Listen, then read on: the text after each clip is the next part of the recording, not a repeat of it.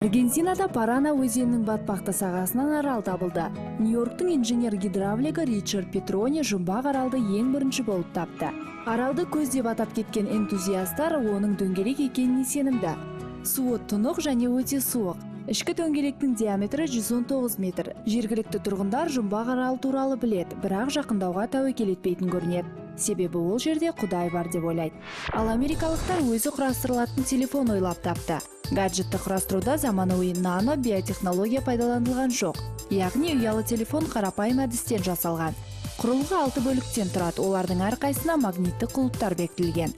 Бөлшектерді айналып тұратын цилиндрге салған кезде телефон өздігінен құрастырылып шығады. Сонымен қатар Лондонда иттерге арналған әлемдегі алғашқы заманауи өнер көрмесі ашылды. Көрме ұйымдастырушылары экспонаттарды дайындау кезінде арнайы ветеринарлармен ақылдасқан. Ерекше өнер туындыларының көпшілігі интерактивті, бір қарағанда шынайы көрінеді.